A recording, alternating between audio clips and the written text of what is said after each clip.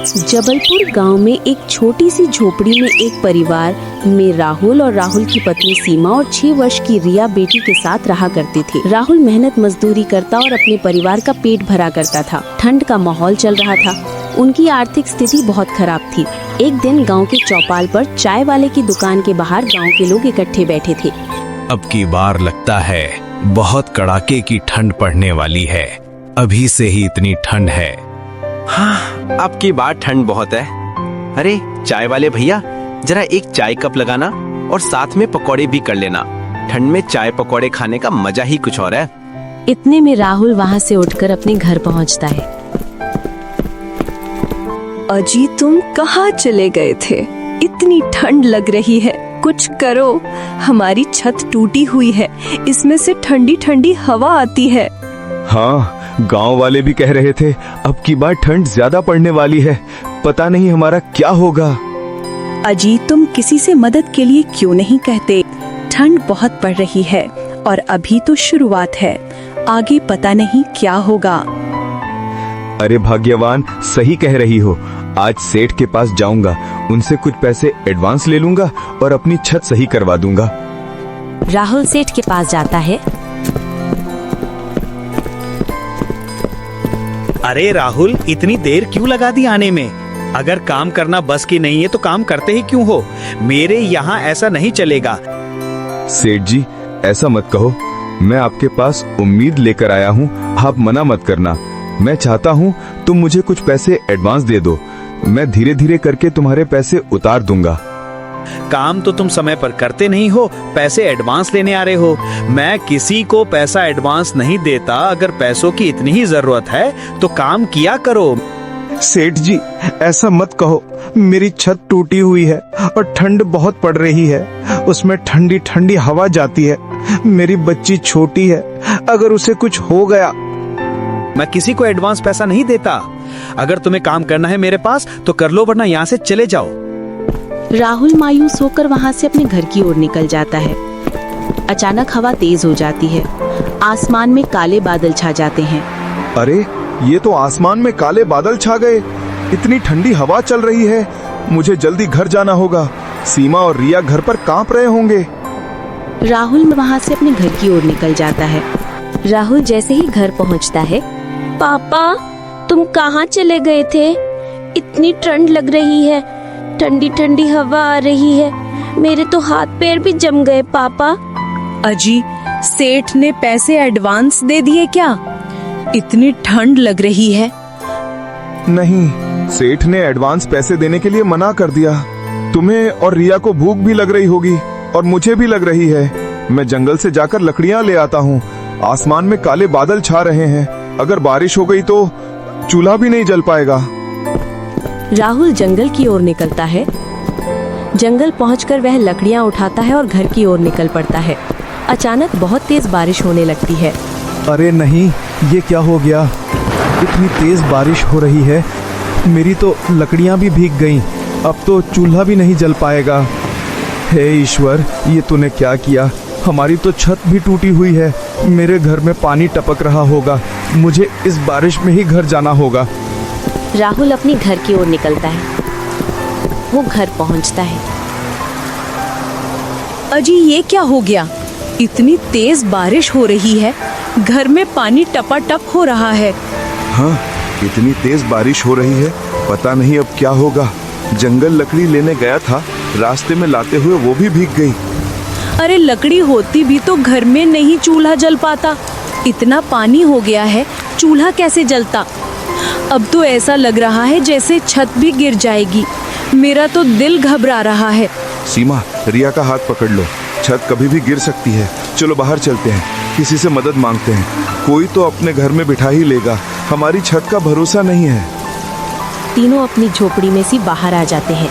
जैसे ही वो बाहर आते हैं, उनकी झोपड़ी टूटकर गिर जाती है। अरे राहुल, ये तो सच में टूट गई।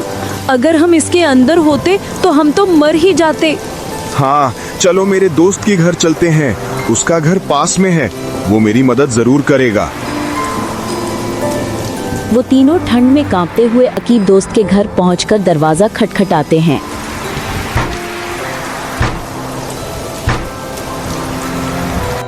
अरे इतनी बारिश में कौन आ गया? आग के आगे से उठने का मन नहीं कर रहा, लेकिन जाकर देखना पड़ेगा, पता नहीं कौन है। अरे राहुल, तुम यहाँ क्यों आए हो? वो भी इतनी बारिश में, और भाभी साथ में है। हाँ रकीब, मैं यहाँ तुम्हारे घर में रात रुकने के लिए आया हूँ।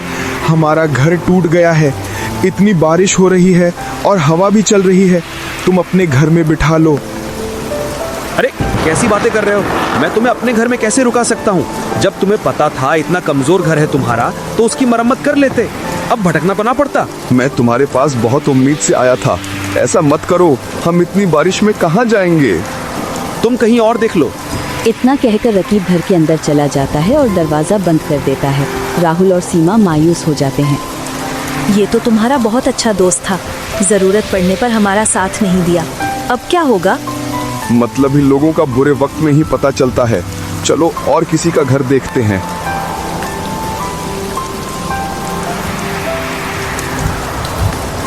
राहुल और सीमा गांव के सभी दरवाजे खटखटाते हैं, लेकिन कोई भी उन्हें अपने घर में नहीं रखता।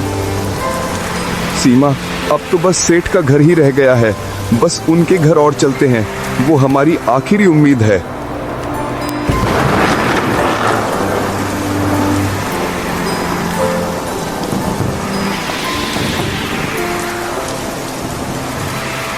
वे दोनों सेठ के घर का दरवाजा खटखटाते हैं।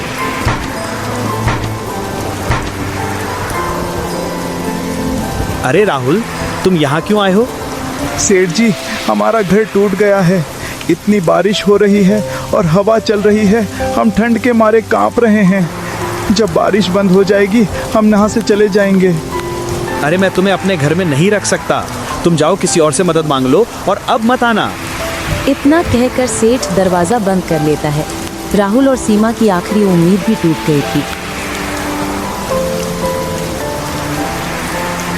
इतनी ठंड है, अब तो मुझे चला भी नहीं जा रहा और प्यास के मारे गला सूखा जा रहा है। पानी ही पिलवा दो पापा। हाँ हाँ, तुम दोनों यहाँ पेड़ के नीचे बैठ जाओ, मैं कुएं से पानी लेकर आता हूँ। हाँ, हम पेड़ के नीचे बैठ जाते हैं, आप जाकर पानी लेकर आ जाओ, पानी से ही पेट भर लेंगे। राहुल उन्हें पेड़ के नीचे बिठाकर कुएं के पास पानी लेने जाता है।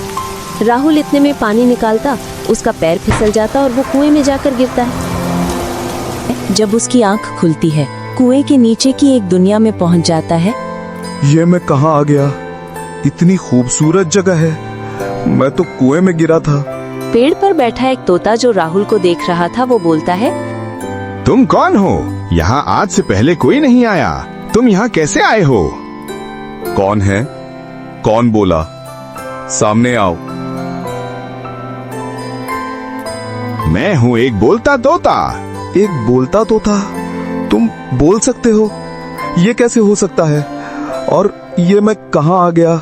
ये कुएं के नीचे की दुनिया है, तुम यहाँ सुरक्षित हो। सीमा और रिया ठंड के मारे कांप रहे होंगे।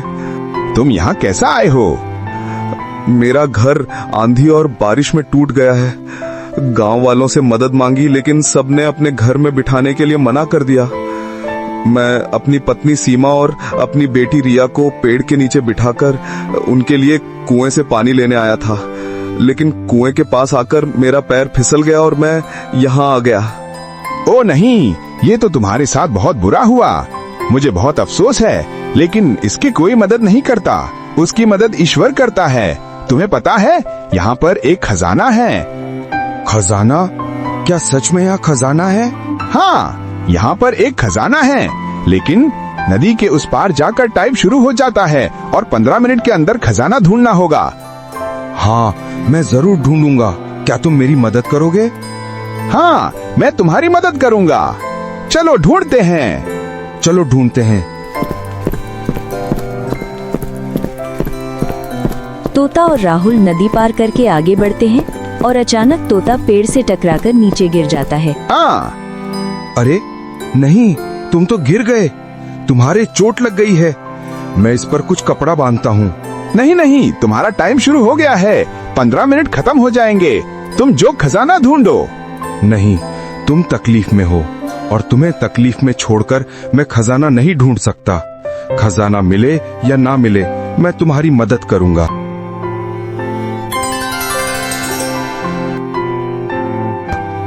ये तो जादू है। तुम कौन हो? तोता कहाँ गया? मैं वही तोता हूँ। मैं यहाँ के खजाने की रखवाली करता हूँ। मैंने तुम्हें परखने के लिए खुद को तोता बना लिया था, और तुम्हारा दिल बहुत बड़ा है। तुमने खजाने को बिना सोचे मेरी मदद करनी चाहिए। अगर तुम चाहते तो मुझे तकलीफ में छोड़कर खजाना ढूंढते। ये तो मेरा फर्ज था। मुझे पता है दर्द क्या होता है, इसलिए मैं तुम्हारे दर्द को समझ रहा था। जिस तरह लोगों ने तुम्हारी मदद नहीं की, चाहते तो तुम भी मेरी मदद ना करते और खजाना ढूंढते, लेकिन मैं तुमसे बहुत खुश हुआ। ये लो, ये मटका, ये आम मटका नहीं है। इससे तुम जो भी मांगोगे ये तुम्हें वही देगा, और ये सिर्फ तुम्हें दिखाई देगा और किसी को दिखाई नहीं देगा, इसलिए इसे कोई चोरी भी नहीं कर सकता। क्या सच में ईश्वर ने मेरी सुन ली? लेकिन मैं वापस कैसे जाऊं? सीमा और रिया ठंड में तड़प रहे होंगे। तुम परेशान मत हो। जब तक तुम इस कुएं में हो तब तक बाहर की दुनिया का टाइम रुका हुआ होगा। उन्हें पता भी नहीं चलेगा कि तुम यहां तक आ गए हो। सच में? लेकिन अब मैं वापस कैसे जाऊंगा? तुम इस मटके से बस ये कहना, मटके मटके मेरी मदद करो। जो तुम्हें इससे मांगना हो फिर उसका नाम लेना, वो तुम्हारे सामने हाजिर हो जाएगी। अब तुम इस मटके से बाहर जाने के लिए बोलो, मटके मटके मेरी मदद करो, मुझे बाहर जाना है जहाँ से मैं आया था। अचानक राहुल मटके को लेकर कुएं के बाहर आ जाता है। अरे मैं तो सच में बाहर आ गया। यहाँ तो बहुत तेज बारिश हो रही है और ठंडी हवा चल रही है। चलो जल्दी से सीमा और रिया के पास जाता हूँ। राहुल मटके को लेकर भागता हुआ जाता है। पापा, तुम आ गए। मेरे तो हाथ पैर जम रहे हैं, ठंड लग रही है, मुझे थोड़ा पानी पिला दो। अरे बेटा, अब पानी नहीं, अब तो हम सब कुछ खाएंगे और अब हम यहाँ ठंड में नहीं रहेंगे। क्यों जी, तुम्हारे हाथ ऐसा क्या लग गया जो हम रातों रात अमीर हो जाएंगे? राहुल सीमा को सारी बातें बताता है। क्या सच में? लेकिन वो मटका कहाँ है? मुझे तो कहीं नहीं दिख रहा। अरे वो मटका मेरे हाथ में ही तो है, वो सिर्फ मुझे ही दिखेगा, वो किसी को नहीं दिखेगा, और इसी वजह से उसे कोई चुरा भी नहीं सकता। क्या सच में? चलो मैं इससे एक घर मांगता हूँ। मटका मटका मेरी मदद करो, मुझे एक अच्छा बड़ा मजबूत घर दो। अचानक उनके सामने एक बड़ा घर तैयार हो जाता है। अरे ये तो चमत्कार हो गया, चलो इसके अंदर चलते हैं। राहुल सीमा और रिया को लेकर घर के अंदर जाता है। वाह पापा, ये तो इतना बड़ा घर है। अब हम ठंड में नहीं रहेंगे। हाँ बेटा, अब हम ठंड में नहीं रहेंगे। मैं इस मटके से कुछ खाने के लिए मांगता हूँ, बहुत भूख लग रही है। मटके मटके मेरी मदद करो, मेरे लिए भोजन दो, मुझे भूख लग रही है। और अचानक उनके सामने तरह तरह के पकवान आ जाते हैं। वो उन्हें देखकर बहुत खुश होते हैं और अब उन्हें ठंड भी नहीं लग रही थी। अगली सुबह बारिश रुक चुकी है, ठंडी ठंडी हवा चल रही है। गांव वाले फिर चाय वाले की दुकान पर जमा हैं। अरे भाई, रात तो ऐसी काटी कि लग रहा था हड्डियां जम जाएंगी। सोच रहा था बेचारा राहुल का परिवार कैसे रहा होगा। अरे रहने दो, किसको क्या, उसने हमारे दरवाजे पर आकर खटखटाया था। पर भैया, अपनी अपनी मजबूरी होती है। अरे भैयो, राहुल का परिवार अब कहाँ होगा? हमें चलकर देखना चाहिए। हाँ हाँ, चलो चलकर देखते हैं। गांव वाले राहुल को देखने के लिए जाते हैं। अरे वाह, ये तो पक्का कोई साहूकार का घर लग रहा है। रात को तो कुछ भी नहीं था, ये कैसे हुआ? हाँ भाई, यहाँ कल कुछ भी नहीं था। क्या एक रात में बना घर, क्या ये जादू है? हमें देखना चाहिए। तभी दरवाजा खुलता है और राहुल मुस्कुराते हुए बाहर आता है। अरे राहुल भाई, ये सब कैसे हुआ? भगवान की कृपा समझ लो। जिसने भी हमारी मदद नहीं की, कोई बात नहीं, पर ऊपर वाला सब देखता है और सही इंसान को सही समय पर वरदान देता है। वो कल रात मतलब कि हालात खराब थे इसलिए। कोई बात नहीं, मैं किसी से नाराज नहीं हूँ। बस इतना समझ लो, किसी की मुसीबत का मजाक मत उड़ाओ और किसी का दरवाजा बंद मत करो। वक्त कभी भी पलट सकता है। सही कहा राहुल भाई, आज तुमने हम सबको सीख दे दी। मन छोटा मत करो, घर बड़ा हो या छोटा, दिल बड़ा होना चाहिए। गांव वाले शर्म से सिर झुका लेके हैं। माफ कर दो भाई, हमें तुम्हारी मदद करनी चाहिए थी। हमसे बहुत बड़ी गलती हो गई और मैं तो तुम्हारा दोस्त था, मुझे भी माफ कर दो। हाँ राहुल भाई, मुझे भी माफ कर दो। हाँ, हमें माफ कर दो। कोई बात नहीं, मैं किसी से नाराज नहीं हूँ। गलती इंसानों से ही होती है, और इससे अच्छी बात क्या है कि गलती करके गलती का एहसास हो जाए। गांव वाले एक दूसरे की ओर देखते हैं और सबके चेहरे पर शर्म खुशी वाला मिश्रित भाव दिखाई देता है।